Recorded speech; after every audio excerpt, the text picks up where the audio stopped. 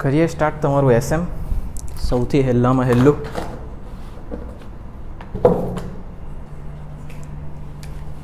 ચાલો, તમે એક વસ્તુ કાલે કહેવાનું રહી ગયેલું, તમે કોઈ બી વસ્તુની શરૂઆત કરે ને શુભ શરૂઆત, તો મગજમાં રાજપૂત આયુષનું નામ લઈ લેવાનું, એટલે તમારું વ્યવસ્થિત થઈ જાય બધું. હે ને, જીવનનું સફળ થવાનું હોય ને, પેપર લખવાનો પહેલો સવાલ ચાલુ કરે એટલે રાજપૂત આયુષ 3 વાર બોલી મૂકવાનું.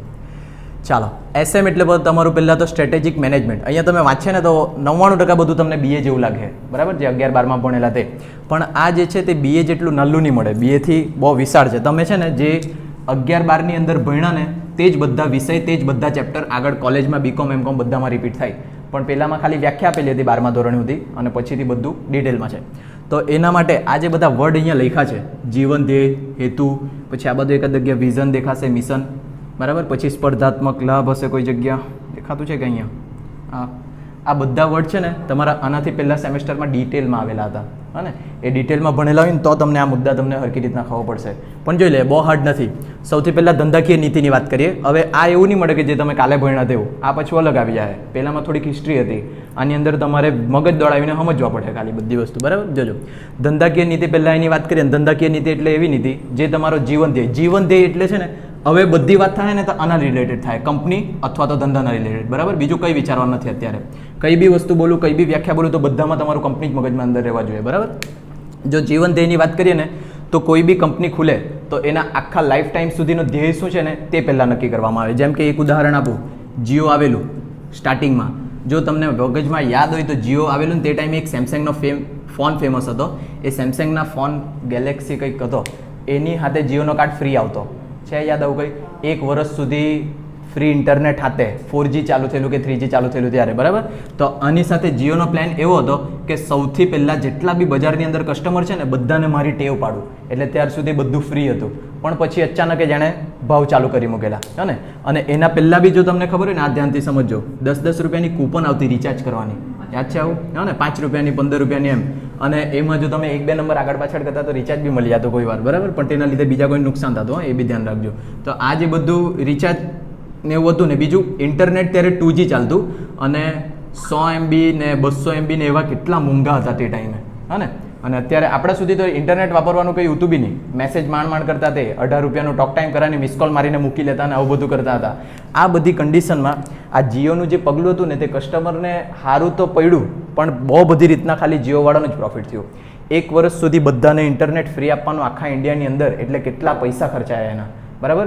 એ પૈસા ખર્ચાયા. અને જો તમને નહીં ખબર હોય ને તો 200 રૂપિયાનું 300 રૂપિયાનું પહેલાં રિચાર્જ થતું ને તેમાં ખાલી 100 રૂપિયા 200 રૂપિયા જેવા તમને રિચાર્જ પૈસા મળતા, નેટ બેટ મળતું નહીં. અને જો આ બધા પૈસામાં તમે નેટ ચાલુ કરે તો 200 રૂપિયા એક જ સેકન્ડમાં ઉડી જતા તમારા, બરાબર. આ બધી વસ્તુમાં જ્યારે જીઓએ સ્ટાર્ટ કર્યું, જીઓ અનલિમિટેડ કોલિંગ આપતું, બરાબર. એટલે અમથા જ બધા લાગી રહેતા ફોન પર તે ટાઈમે. એ લોકોને જિંદગીમાં એવું વાત કરેલી જ નહીં મળે આટલી બધી લેટ સુધી, હે ને. એટલે એ લોકો અનલિમિટેડ કોલ મળ્યું, 4G કે 3G નું ઇન્ટરનેટ મળ્યું, એટલે લાગ્યા બધા યુઝ કરવા. તો એના પરથી જેટલા બી એરટેલ પહેલાં બી એક કાર્ડ હતો, યુનિનોર, સાંભળેલું છે કોઈએ? યુનિનોર પછી નામ ચેન્જ કરીને ટેલિનોર થયેલું, સાંભળેલું કે નથી સાંભળેલું? બહુ ગરીબ તમે તો. કીધેલું છે મેં. યુનિનોર જે કંપની હતી સિમ કાર્ડની, તે નામ ચેન્જ કરીને પછી ટેલિનોર થઈ. હવે આ ટેલિનોર થઈ થોડીક ચાલી, પછી માર્કેટમાં જીઓ આવ્યું તો આનો માર્કેટ પતી ગયું, એનાથી હચવાય તેવું નહીં મળે. તો જે એરટેલ કંપની છે, એરટેલ કંપની આને ખરીદી લીધું ટેલિનોરને, બરાબર. એટલે હવે ટેલિનોરને એરટેલ બધું એક જ થઈ ગયું. અને તમને ખબર હોય મેઇન 2 કંપની વોડાફોન ને આઈડિયા, આ બંને બજારમાં ટકવા માટે બંને એક સાથે જોડાઈ ગયેલા અને વીઆઈ ચાલુ કરી મૂકેલું. કોના સાંભે ટકવા માટે? જીઓની સાંભે. અને એક સિમ કાર્ડની કંપની હતી બીએસએનએલ ગવર્મેન્ટ કંપની, પણ ગવર્મેન્ટ કંપનીમાં કોઈ ઇન્વેસ્ટ નહીં કરે એટલે બધું પતી જ જાય. જે રતન ટાટા હતા ઓફ થઈ ગયા તે આની અંદર પ્રોજેક્ટ ચાલુ કરવાના હતા, પણ તે બી કંઈ થયું નહીં. ક્યારે ચાલુ કરવાના હતા? જ્યારે જીઓના ભાવ અત્યારે અચાનક વધી ગયેલા, ખબર? મેરેજ પછી પેલા એ લોકોના વાળાના મેરેજ થયેલા ત્યારે બીએસએનએલમાં ઇન્વેસ્ટમેન્ટ કરવાના હતા, પણ કાં ગયું એ મેસેજ ગાયબ થઈ ગયો, ખબર બી નહીં પડી, બરાબર. તો આ જીઓવાળાએ 1 વર્ષ સુધી ફ્રી આપ્યું. તો એ લોકોએ પહેલેથી એ લોકોનું લાઈફ ટાઈમનું સાયકલ વિચારી લીધેલું હતું કે આખા લાઈફમાં આગળ અમારે શું કરવાનું છે. પહેલાં મેં મારા કસ્ટમરને ટેવ પાડવા પછી અચાનક જે એવું તીર મારા ને કે પેલા લોકો અમને છોડી બી નહીં શકે ને અમારા વગર ચાલે બી નહીં એ લોકોને, આવી રીતના એ લોકોએ કન્ડિશન ઊભી કરેલી. એટલે તમે જોઈને માર્કેટમાં જીઓવાળાએ રિચાર્જ બી ચાલુ કર્યું ને તો બી બધા જીઓ પર જ રહ્યા, કોઈએ ચેન્જ નહીં કર્યું, બરાબર. પછી ધીરે ધીરે હવે આ જીઓવાળાએ ચાલુ કર્યું. પહેલાં તો ફ્રીમાં આપ્યું ત્યારે તો આ લોકો તો કંઈ ટકી નહીં શકવાના, બરાબર. પણ જ્યારે એને પૈસા ચાલુ કર્યા ને એટલા સસ્તામાં ચાલુ કર્યું કે આ લોકોએ બધાનું માર્કેટ પડી ગયું, આ બધાએ બી સસ્તું કરવા પડ્યું, બરાબર. એ લોકો સસ્તું કરે, પેલો હજુ સસ્તું કરે, એટલે બધા જીઓ પર શિફ્ટ કરવાનું ચાલુ કર્યું. અત્યારના કન્ડિશનમાં બી જો તમને નહીં ખબર હોય ને તો બધા સિમ કાર્ડ એક દિવસમાં બંધ થઈ જાય, રિચાર્જ નહીં કરાવે, પણ જીઓ ચાલુ રહે. હા ને, આવો છે, એણે માર્કેટ આખું સાચવેલું છે, પણ એના માટે શું જોઈએ? પૈસા. તો અહીંયા જે મેં આ વર્ડની વાત કરું ને, જીવન ધ્યેય, તો કોઈ બી કંપનીનો ધ્યેય એવો રહેવા જોઈએ એ આખી લાઈફ ટાઈમનું વિચારી રાખે.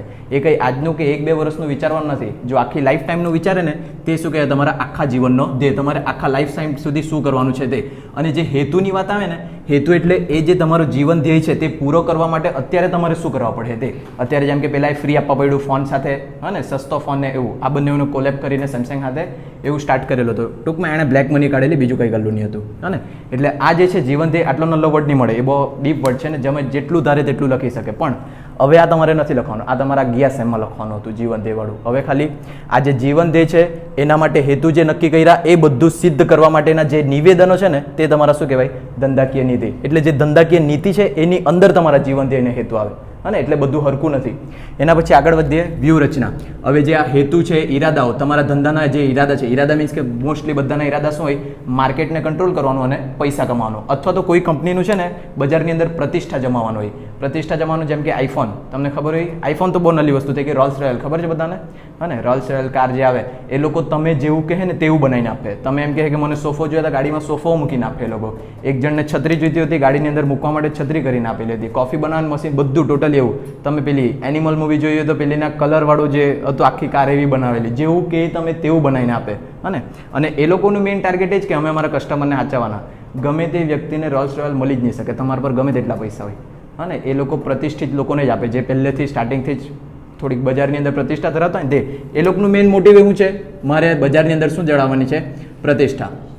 બીજું તમે આ સાંભળેલું છે લોઇસ વેક્ટર, એલવીના બેગ લીધા કોઈ દિવસ તમે? પર્સ, વોલેટ, એલવી છોકરા અભી તો કર્યું, હા ને. એક આપણે નલ્લા પર્સ અત્યારે જે છે ને, એલવી એટલે લુઈસ વેક્ટર એક માણસ હતો, એ પહેલાં 1800-1700ની વાત હા ને, તે ટાઈમે એને ઘરમાંથી કાઢી મૂકેલો હતો અને તે ચાલતો કોઈક લંડન સુધી પહોંચી ગયેલો. કેટલું લાંબુ સફર એણે ખાલી ચાલતો તે કરેલું. કંઈ પૈસા કંઈ નહીં મળે. પછી એક કારખાનાની અંદર કોઈ માણસ એને કામ આપેલું પર્સને એવું બનાવવાનું. પેટી, પહેલાં પેટી ચાલતી, તમને યાદ હોય તો આવી રીતના પેટી પકડીને ચાલતા, એ બધું બનાવતા શીખવાડેલું એલવી એટલે કે લુઈસ વેક્ટરને, હા ને, માણસ હતો તે. તેને બધું શીખવાડ્યું. પછી ધીરે ધીરે એટલો માસ્ટર થઈ ગયો, 5-10 વર્ષ સુધી કામ કર્યું કે એણે પોતાના જે બેગ બનાવવાનું ચાલુ કર્યા ને, લોકોને બહુ ગઈમાં. પછી તે ટાઈમે છે ને રાણીઓ હતી, બધી મહારાણીઓ, મોટી કન્ટ્રીની, આપણા કન્ટ્રીની વાત નહીં મળે, તો એ લોકો શું કરતા કે જે સારું હોય ને કોઈ આવી રીતના કર્મચારી, તેને પોતાનો પર્સનલ કર્મચારી બનાવી દે. એટલે કે એ જે મતલબ કે મારા સિવાય એ બીજા કોઈ માટે કામ નહીં કરે, હા ને. એવી રીતના બનાવ્યું. એવી રીતના થોડાક વર્ષો સુધી કામ કર્યું ને પછી એણે કંપની ખોલી એલવીની. હવે એ એલવીની કંપની ખોલી ને તો બધા કર્મચારીને શીખવાડ્યું એણે પોતે હાથથી, અને બધા હેન્ડમેડ બેગ બનાવવાના ચાલુ કર્યા. એ હેન્ડમેડ બેગ બનાવતા આજે એના છોકરાને એમ કરીને એટલું ફેમસ છે ને. અત્યારે તમે એલવીના બેગ લેવા જાય ને, લાખ રૂપિયા, 1.5 લાખ રૂપિયા, 30 લાખ રૂપિયાના એવા બેગ મળે, હા ને. પણ અત્યારે જ્યારે ટેરિફ વોર થઈ અમેરિકાની ચાઇનાની, તે ટાઈમે ચાઇનાવાળાએ ઓપનલી ટ્વીટ કરી મૂક્યું કે જે તમારા એલવીના ને એવા બેગ છે ને મોંઘા, તે અમારા ચાઇના માર્કેટમાંથી બનીને જાય કરે 2500 રૂપિયામાં. આવું એણે ફોડી મૂકેલું હતું. અને એ સાચું જ છે. આ જ્યારે એલવી જીવતો હતો, એના છોકરા 2-3 જીવતા હતા ને, 3 પેઢી, ત્યાર સુધી એ લોકોએ માર્કેટ સાચવેલું. એના પછી કોઈ માર્કેટ સાચવ્યું નહીં. એના પછી બધા આવી રીતના જોલઝપાટા કરવાનું ચાલુ કરી મૂક્યું. એટલે એક બેગ પર એ લોકો 900થી 1000% કમાયા કરે. એટલે 10 રૂપિયાનું લાવીને એ લોકો 1000-2000માં વેચ્યા કરે, એવું, બરાબર. આ બધી કન્ડિશન હતી. ફટાફટ.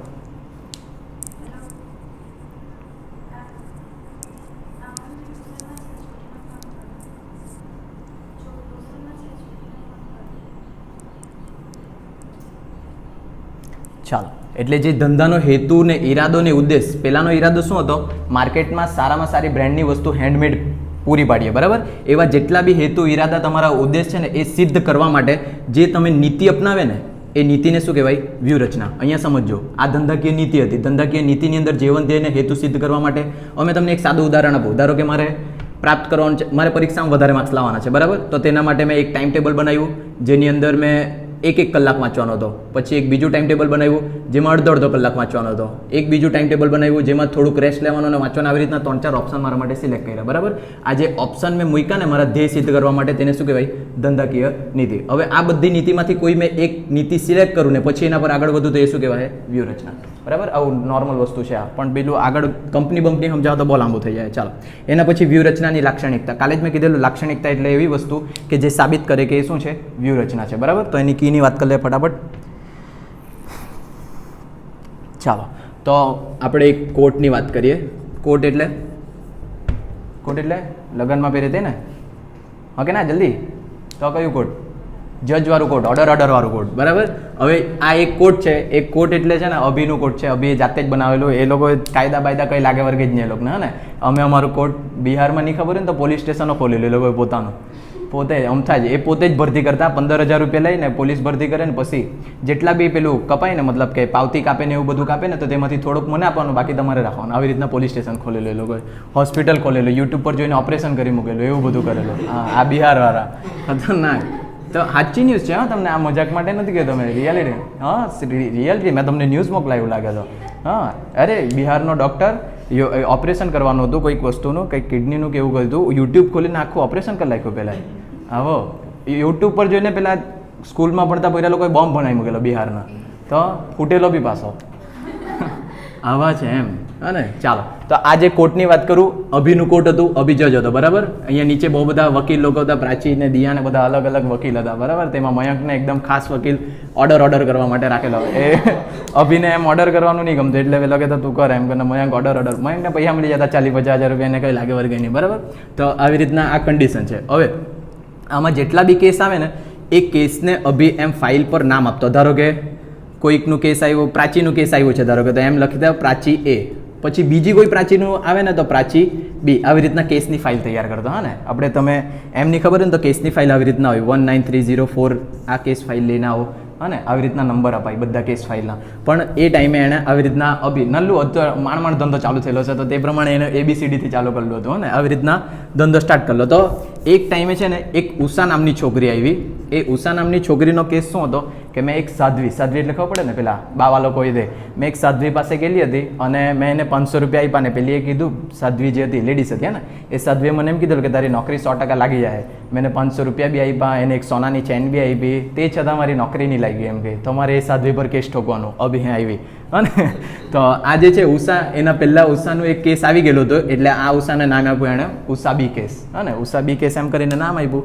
પછી અભી આવી ભાઈ મારે આવી રીતના છે એમ કરીને. એ તો દોસ્તારે એવી રીતના આવીને વાત કર્યા કરે અભી હતા ને કે આવું છે તો શું કરવા જોઈએ. તો પહેલાં એમ કે પહેલાં તો એક સોનાની ચેન તારે અહીંયા મૂકવા પડે એમ કે. હા ને, પહેલાં 500 તેને આપેલા ને 5,000 અહીંયા આપવા પડે તો તારું કેસ થાય એમ કરીને. હા ને, તો એમ કરીને ચાલુ. આ બાજુ મયંક ઓર્ડર કર્યા કરે. હજુ પેલા લોકોની વાતમાં જ ઓર્ડર માર્યા કરે. કંટાળી રહેલો હતો એ અભિની નોકરીથી પૈસા મળે એટલે વહેલો, એને ગમ્યા તો નહીં કરતું એટલે પેલો બોલ્યા કરે ને પેલો ઓર્ડર માર્યા કરે. બરાબર, તો આ જે અભી એમ બેહેલો એમ કરીને માર્યું એને ગયા એમ કરીને.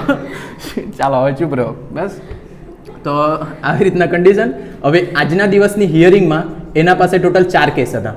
એ 4 કેસમાં પછી આ 5મું બી પ્લસ જોડાઈ ગયું. બરાબર ને, તમને ખબર હોય તો કેસ એક પછી એમ કન્ટિન્યુઅસ ચાલતા રહ્યા ને. તો આ કેસ ચાલ્યા કરતા હતા. તો હવે બીજા બધા જે કેસ છે ને પેલા આવી ગયા કે મારી પેલા મને કાળો કે મૂક્યો, મને આવું કાળું નહીં કહેવાય, આવા નાના કેસ આવ્યા કરતા હતા. તો અભી કીધું તું કાળા બધાને કેસ લાવ એમ કે બીજો કેસ લાવ સાધ્વીને ઉષાબી વાળો. હા ને, કયો કેસ લાવવા કીધું એણે? કેસ લાવ સાધ્વી ને ઉષાબી વાળો કેસ. કયો કેસ લાવવા કીધું એણે? કેસ લાવ સાધ્વી ઉષાબી વાળો. હા ને, સાધ્વી ને ઉષાબી આ ધ્યાન રાખજો. બી એટલે પેલો બી છે. અને ચાલો, બહુ નોર્મલ કી છે પણ સારી કી છે, જોઈ લો હવે. ને IMP સવાલ લખ્યા છે બધા. હા ને, જે પૂછાતા છે તો તમારાથી સૌથી પહેલાં આપણે લખતા શું છે તે ધ્યાનમાં રાખજો. વ્યૂહરચનાની લાક્ષણિકતા એટલે કે એવી બાબતો જે સાબિત કરે કે શું છે વ્યૂહરચના.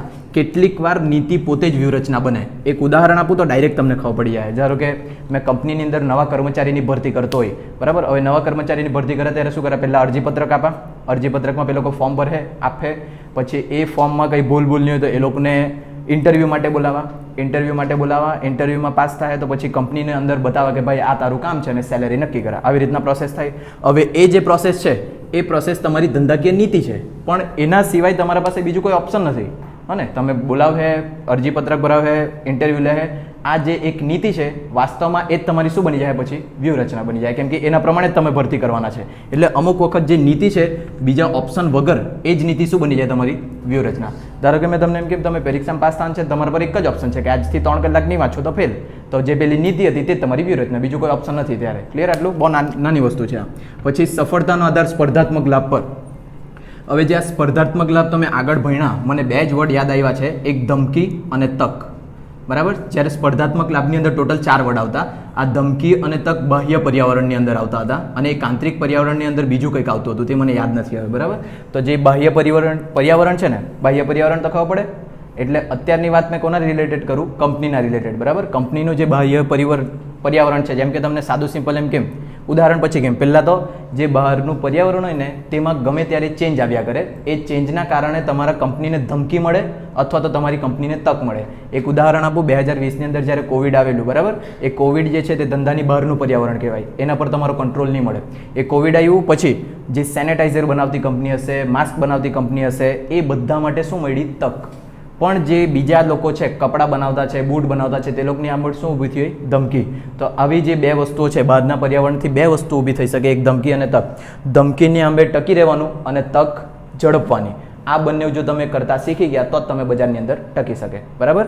તો એ હતું તમારા સ્પર્ધાત્મક લાભની અંદર. તો જે સફળતાનો આધાર છે સ્પર્ધાત્મક લાભ પર રહેલો છે. જે સ્પર્ધાત્મક લાભ છે, હવે જે તમે બી કોઈ બી નીતિ ગણે ને તો તે માટે તમે આ બાહ્ય પર્યાવરણ, આંતરિક પર્યાવરણ બધું ધ્યાનમાં રાખીને કરે, જે આગળ આપણે સેકન્ડ સવાલમાં શીખવાના છે, એટલે અત્યારે ડીપમાં નથી જતો. હા ને? એટલે સ્પર્ધાત્મક લાભમાં આવું કંઈક હતું. યાદ આવતું હોય તો, નહીં યાદ આવતું હોય તો ડૂબી મરજો. ચાલો, તો એ જે છે, તમે જો સફળતા જોઈતી હોય, જીતવા માંગતા હોય, તો આના પર પૂરેપૂરો આધાર રાખવા પડે. આના માટેનું તમારે આયોજન કરવા પડે ને એના માટે સફળ બનવું પડે, તો જ તમે આગળ વધી શકે. આગળ એટલે કોણ વધી શકે? કંપની. તમારે આગળ વધવું હોય તો ભણવા પડે. ચાલો, પછી લાંબા ગાળાની વ્યૂહાત્મક યોજના. એ તો બહુ નોર્મલ વસ્તુ છે. તમે કોઈ બી યોજના બનાવે તો 1-2 મહિના માટે કે 1-2 વર્ષ માટે નહીં, આખા લાઈફ ટાઈમ માટે બનાવવાની હોય. હા ને? એટલે લાંબા ગાળા માટેની વ્યૂહરચના છે. પછી વ્યૂહરચના પરિવર્તનશીલ હોવી જોઈએ. પરિવર્તનશીલ એટલે ખબર પડે ગમે ત્યારે એને ચેન્જ કરી શકાય તે. જો એક વસ્તુ તમે બનાવીને પકડીને બેસી રહી અને આગળ જતાં પરિસ્થિતિ બદલાઈ ગઈ તો, હા ને, તમે એમ કે નહીં અમારા તો માલિકે પેલું જ કીધેલું એટલે અમે એ જ કરવાના, પણ એવું નહીં હોવા જોઈએ. જ્યારે કન્ડિશન બદલાય ત્યારે તેને બદલી શકાય તેવી તમારી યોજના હોવા જોઈએ. બરાબર? આજે BA વાંચવાના છે, કાલે ઇકો વાંચવાના છે. બરાબર? આજે BA નહીં વંચાયું તો કાલે ઇકો બી છોડી દો. હવે કાંઈ એ BA તો રહી ગયું, આજે પહેલાં BA વાંચવું, એવું નહીં. પછી તમારે થોડુંક પાર્ટ પાડી મૂકો કે આજે થોડુંક BA વાંચી લેમ, થોડુંક ઇકો બી વાંચી લેમ. કંઈ બી તમે ચેન્જ કરી શકે તેવી વ્યૂહરચના હોવા જોઈએ. પકડીને બેસવાનું નથી. પછી સાધનોની વહેંચણી. સાધનોની વહેંચણી કોઈ બી વ્યૂહરચના માટે બહુ જરૂરી છે. અને તમે 11-12માં ભણ્યા હોય તો ખબર પડવા જોઈએ કે સાધન એટલે ખાલી યંત્ર નહીં, તમારા એકમના કર્મચારીને બી શું ગણવામાં આવે? સાધન જ ગણવામાં આવે. એ સાધન વ્યવસ્થિત વેચાયેલા હોવા જોઈએ. વ્યવસ્થિત વેચાયેલા એટલે કોઈ એક કામ પાછળ જો 5 કર્મચારી જોઈએ ને તો ત્યાં 5 જ હોવા જોઈએ, 7 નહીં હોવા જોઈએ. બીજી વસ્તુ, કોઈ ઊંચી પોસ્ટ માટે કોઈ ભણેલો ગણેલો માણસ જોઈએ ને તો ત્યાં ભણેલો ગણેલો માણસ જ હોવા જોઈએ. એવી રીતના તમારે સાધનની વહેંચણી કરવાની હોય. બરાબર? જો એ સાધનની વહેંચણી વ્યવસ્થિત નહીં હશે તો તમારી વ્યૂહરચના કેવી થઈ જશે? નિષ્ફળ. પછી ધંધાને પર્યાવરણ સાથે જોડે. હવે ધંધાને પર્યાવરણ સાથે જોડે એટલે પર્યાવરણમાં કંઈક આ તમારું ઝાડ પાંદડું એવું નહીં આવે. ધંધાકીય પર્યાવરણ એ અલગ વસ્તુ છે, તે બી તમારું નલ્લા આવતા ત્યારે આવેલું આગળના સેમમાં નલ્લા એટલે. હા ને? તો એ જે ધંધાકીય પર્યાવરણ છે ને, એકાદ નામ યાદ આવે તો તમને કેવું, એમ સાદું સિમ્પલ એમ કેમ તો સમાજ સાથે તમારે કનેક્શન રાખવાનું હોય. સમાજ સાથે કનેક્શન એટલે કે કસ્ટમરને સારામાં સારી વસ્તુ આપે, જે કેવી નહીં હોવા જોઈએ. મતલબ એક ઉદાહરણ આવે તો કેમ, તમને કઈ વસ્તુ તમે ખાવા પીવાની પ્રોડક્ટ વેચતા છે, જો ખાવા પીવાની પ્રોડક્ટ વેચે તો કસ્ટમરને શું સેટિસ્ફાય થવા જોઈએ કે એનાથી તમને કંઈ બીમારી નહીં થાય, સાઇડ ઇફેક્ટ નહીં થાય. જેમ કે પ્રોટીન પાવડર ને એવા જો તમે લઈ જીમ જાતી વખતે તો એ ઓરિજિનલ રહેવા જોઈએ, અંદર જે કીધેલું છે લખેલું છે તે જોવા જોઈએ અંદર. બરાબર? આવી રીતના તમારે પર્યાવરણને સાથે રાખીને ચાલવાનું હોય. પર્યાવરણની અંદર સમાજ બી આવશે, સરકાર બી આવશે, ગ્રાહક બી આવશે અને આજુબાજુનું વાતાવરણ બી આવી જશે. અને આ જે પર્યાવરણ છે ને એ પર્યાવરણનો એક નાનો ભાગ છે તમારું પ્રદૂષણ ને એવું. અને ખાલી પર્યાવરણ એટલે આખું પ્રદૂષણ નહીં સમજવાનું. બરાબર? ચાલો, એટલે એ ધંધાને પર્યાવરણ સાથે કોણ જોડે? વ્યૂહરચના. વ્યૂહરચના નહીં કરેલી હશે તો આ બજારની અંદર ટકી શકવાના નથી. પછી વિઝન અને મિશન. વિઝન એટલે ખબર અને મિશન એટલે શું ખબર છે? વિઝન અને મિશન. આર્ટ્સ દર્શન, એકાદ વર્ડ યાદ રહી ગયેલો છે એને. આર્ટ્સ દર્શન. વિઝન એટલે આર્ટ્સ દર્શન એટલે ભવિષ્યમાં તમે શું પ્રાપ્ત કરવા માંગતા છે ને તે ગોલ તમારો. બરાબર? અને એ ગોલને પ્રાપ્ત કરવા માટે જે તમે ઘડે ને તે તમારું મિશન. હા ને? એ થાય તમારું વિઝન ને મિશન. પણ અત્યારે જેટલું નલ્લુમાં પતાવ્યું ને, તમારો 3 કે 5 માર્ક્સનો સવાલ હતો પહેલાં, કે કદાચ 7 માર્ક્સનો સવાલ હતો, પણ એમાં લખે શું તમે? ટૂંકનો લખવાના શું તમે? એટલું તો નલ્લો વર્ડ છે. પણ આની અંદર આ સબ્જેક્ટની અંદર માર્ક્સ આપે. હા ને? તેવું તમે લખેલું હોય તેના એસએમની અંદર નહીં આપે. હું વાત કરે તો નહીં ખબર મને, VNSGનું કંઈ નહીં કહેવાય. ચાલ આગળ. ઉચ્ચ સપાટીના સંચાલકોનું કાર્ય ઉપર જો. ઉચ્ચ સપાટીના સંચાલકોનું કાર્ય એટલે વ્યૂહરચના ઘડવાનું છે તો નીચે પેલા મજૂરને નહીં કહેવાય કે તું ભાઈ વ્યૂહરચના ઘડી કર. એ જે ભણેલા ગણેલા હોય, મેનેજર થઈ ગયેલા હોય તે લોકો જ આ બધું કાર્ય કરે. એટલે જે વ્યૂહરચનાનું કાર્ય છે તે કોનું કાર્ય છે? ઉચ્ચ સપાટીના સંચાલકોનું. પછી સાધનો અને નીતિઓની મર્યાદામાં રહીને ઘડતર. આ બહુ સારો મુદ્દો છે, કદાચ પહેલે જ આવતો હોય પણ આપણી કી પ્રમાણે નીચે જતો છે. અને સાધનો અને નીતિ એટલે કે જે તમારી અંદર, મેં તમને એમ કેમ કે મારે સિદ્ધ કરવાનું છે, ધારો કે મારું આ જીઓ જેવો જ પ્લાન છે, મારા પર પૈસા જ નહીં હોય તો, અને પૈસા તો જોઈએ જ ને, કે બજારમાં પહેલાં 1 વર્ષ ટકવાનું તો.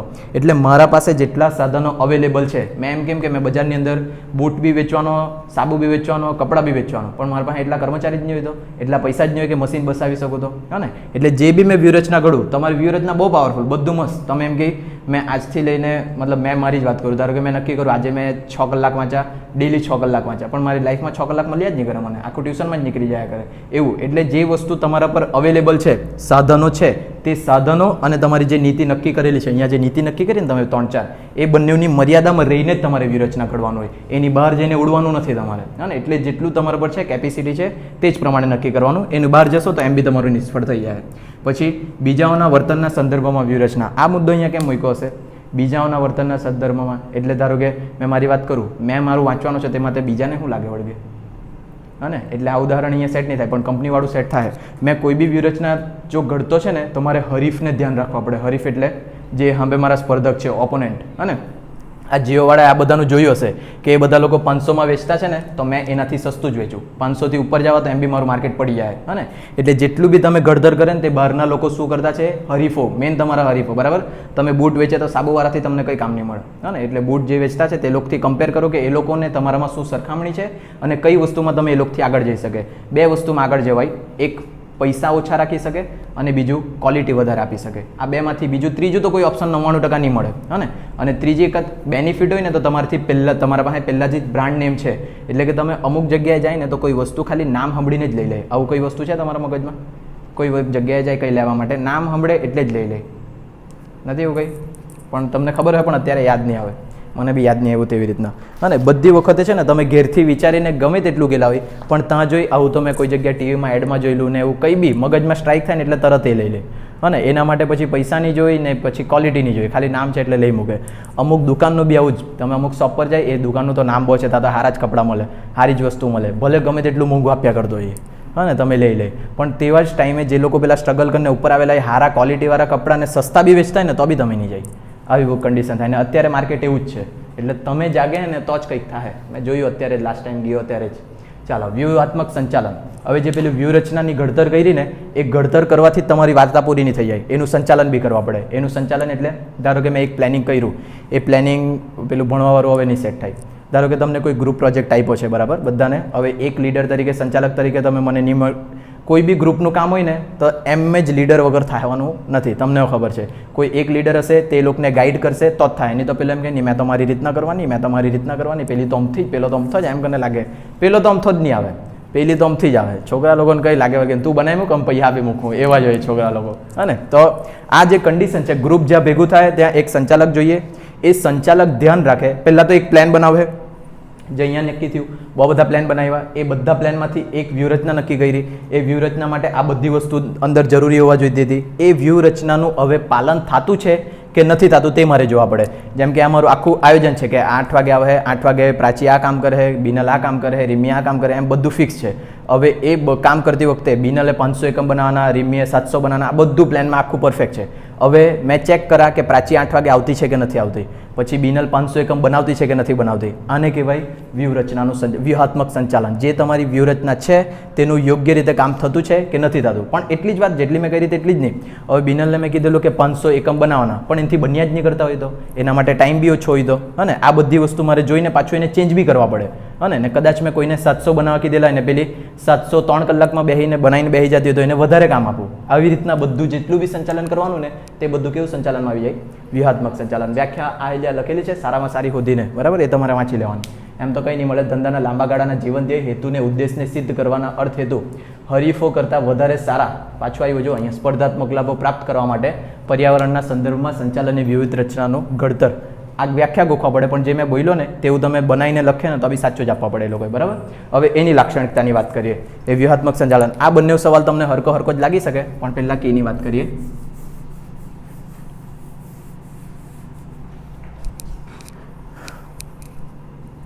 ચાલો જો, તો અહીંયા આપણું કોડ જે હતું પાછા આવીએ અહીંયા.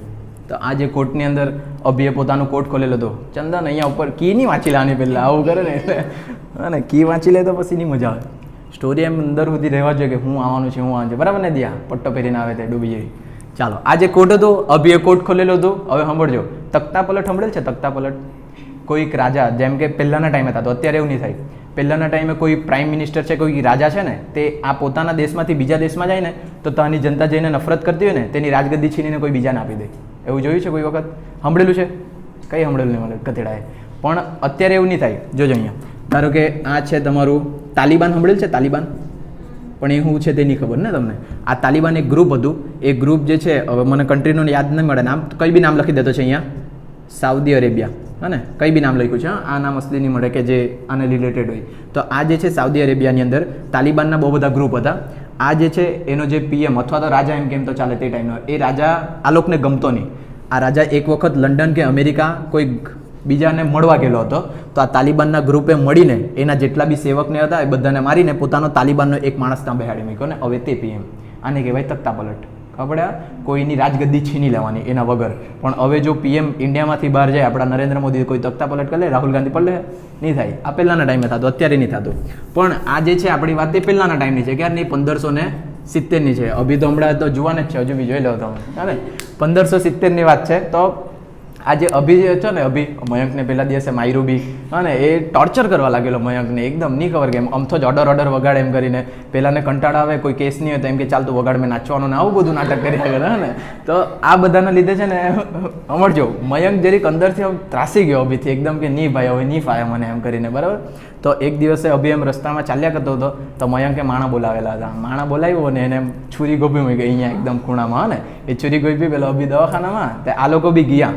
મયંક પણ બધા, અરે શું થયું જજ સાહેબ તમને, એમ કરીને પાછો લાડકો થયા કરે તાને એમ કરીને.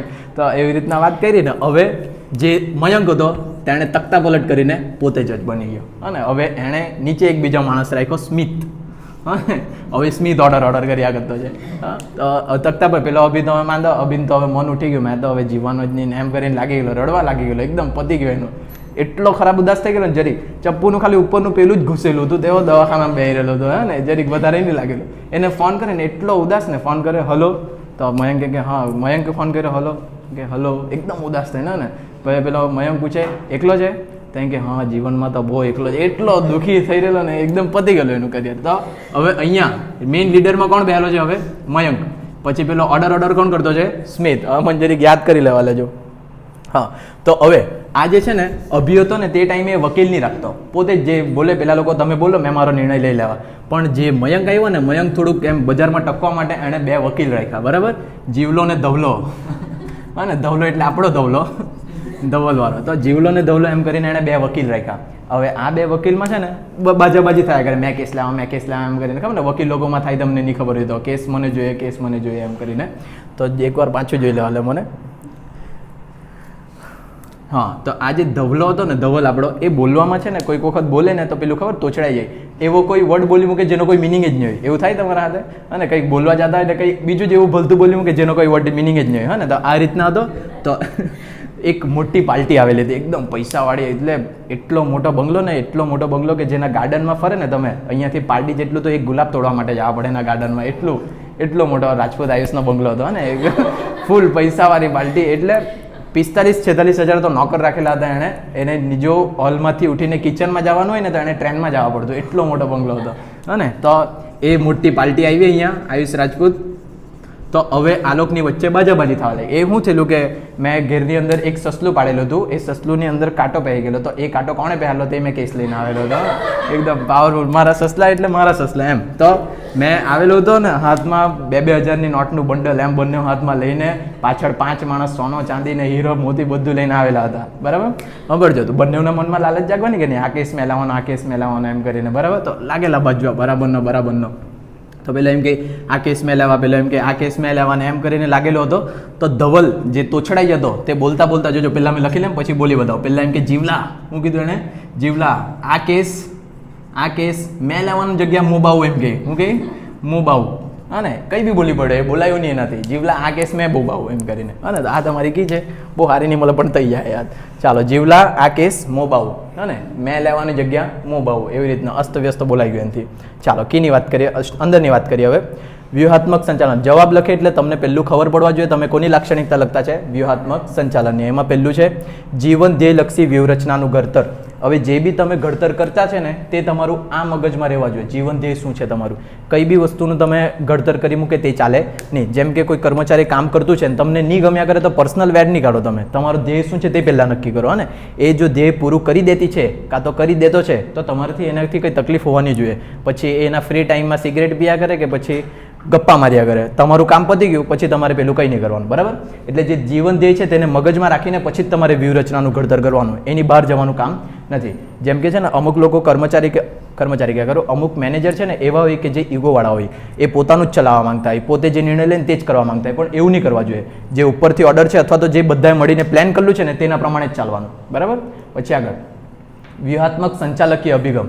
આ જે છે તે વ્યૂહાત્મક સંચાલન તે તમારો સંચાલકીય અભિગમ છે. સંચાલન એટલે તમે પહેલાં ભણેલા છે તે આયોજન, વ્યવસ્થા તંત્ર, કર્મચારી વ્યવસ્થા, પછી દોરવણી, અંકુશ, આ બધું ભણ્યા ને એ બધું મેળવીને જે સંચાલન થાય ને એ જ સંચાલનનો એક ભાગ છે કયું, વ્યૂહાત્મક સંચાલન. બીજું કંઈ નથી લખવાનું આમાં, ને જે તમારું જૂનું સંચાલન હતું આયોજન, વ્યવસ્થા તંત્ર ને એવું બધું, એ બધાનો એક ભાગ છે વ્યૂહાત્મક સંચાલન.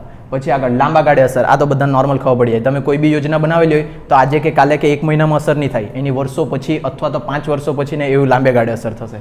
પછી આંતરિક પર્યાવરણનું મૂલ્યાંકન, આ બી મુદ્દતતાથી એકાદ લેટ થશે તમને. આંતરિક પર્યાવરણ એટલે ધંધાની અંદરનું વાતાવરણ પહેલાં જોવા પડે, તમારા પાસે યોગ્ય સાધન છે, યોગ્ય કર્મચારી છે કે નથી.